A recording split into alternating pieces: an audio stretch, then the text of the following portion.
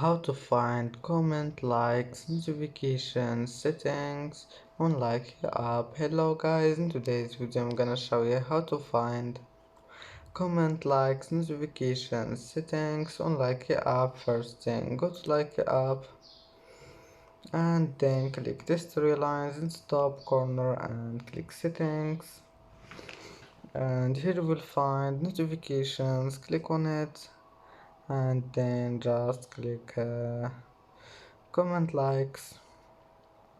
Here you will find it. You can turn it off or on just by one click, and that's it. It's easy. And that's it for today's video. If you like this video, please don't forget like and don't forget subscribe, and thank you for watching this video until the end, and see you in the next video.